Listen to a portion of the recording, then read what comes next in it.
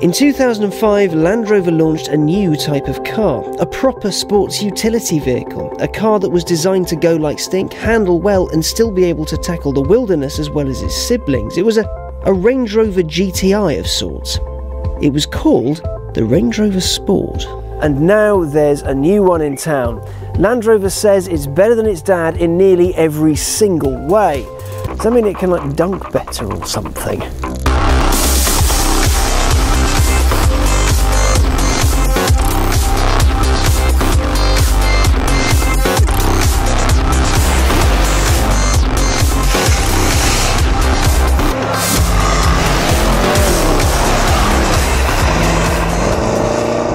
Maybe less of the dunking, but the new Sport is lighter, faster and slightly more useful than its predecessor. And come to think of it, it's still box fresh bigger brother. The full fat Range Rover is for ferrying execs and the elite from A to B through whatever terrain they encounter, whereas the Sport is more for going out and having a little bit of fun. This new one, thanks to its all-aluminium construction, weighs up to 420 kilos less than the old one. Now that means three things. 1, fewer emissions, 2, better MPG, and 3, more speed. All versions of the Sport have been designed to give the best on-road dynamics of any Range Rover ever. Boosting its performance pretensions are a windscreen raked back for sporting and aerodynamic reasons. It's 8% slipperier than the old car, which looked like a brick. If you're going to take the plunge, it would also be a shame to miss out on the 5-litre supercharged V8. Because over 500 brake horsepower twinned with all the engineering in this thing means fun. F me, this thing is rapid in a straight line. Jesus, it really is.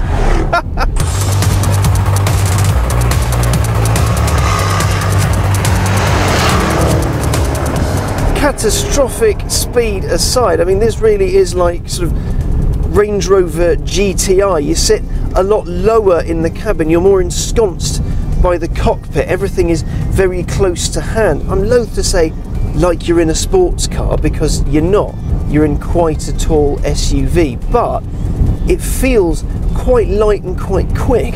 It's quite a strange experience, really. You don't expect something like this to have quite the turn of pace it does, and that's especially thanks to the car's dynamic mode. It does have the terrain response system that you get in a Range Rover and an Evoque, but as this is a Sport, it's important to concentrate on dynamic mode. What dynamic mode does is it basically sharpens everything up. So the steering gets a bit heavier and the throttle response gets a bit better. Everything sort of goes on to tense, ready to pounce mode. And if you stick the gearbox into Sport, and the gearbox is an absolutely beautiful 8-speed automatic, well, you've got yourself a pretty racy little car. It'll do 0 to 60 in 5 seconds. And this thing weighs around 2.5 tons. It's disgustingly fast. It actually offends me a little bit just how fast it is. But everyone likes to be offended every now and then, especially if you add in the noise of that V8. It's a 5-litre supercharged job, it's got over 500 brake horsepower, but what they've managed to do with this one is I think they've addressed a lot of complaints, because what people used to do with the old Range Rover is change the exhaust system so you could hear the V8 under the bonnet, because after all, if you paid for it, you probably want people to know you've got it. And it sounds really fruity. It's like this elegant luxury thing that sounds like a muscle car.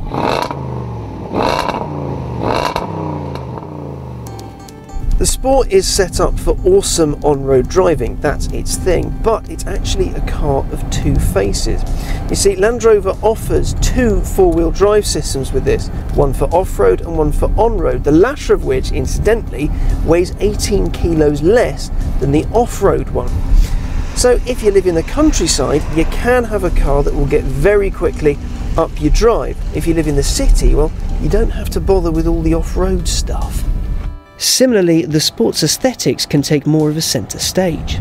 You can have a Sport with 22-inch alloys. 22, that's massive and insane. But that said, when we were driving the full-fat Range Rover in Morocco last year, the support drivers, who are all accomplished off-roaderists, they were all saying that even on 20-inch alloys with road rubber, a Range was more capable now than a Defender is, which is quite interesting, especially as underneath the skin here, it's got all the same bits. as well as having all the same terrain response system and being just as capable as a Range Rover off-road. I mean, it really is. You can throw this thing at anything. The off-road system flatters you.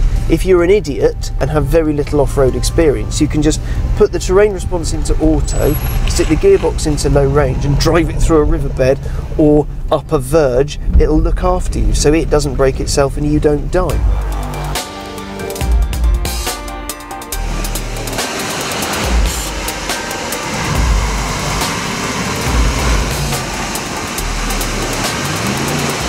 While it's just as capable, it's not as refined. Where the Range Rover was benchmarked for noise against the likes of the Rolls-Royce Ghost and the Bentley Flying Spur, this one wasn't. This one's a bit more noisy, a bit more engaging, a bit more sort of visceral. It grabs you by the scruff of the neck and goes, no, this is a sports SUV.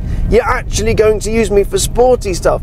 And that's where the difference lies between this and the Range Rover. But what it reminds me of is actually a BMW M5, in that you can feel it's big and heavy and it's got lots of power, but dynamically it rewards you and it doesn't make you look like an idiot. It's just this one comes with the added bonus of being able to climb a mountain.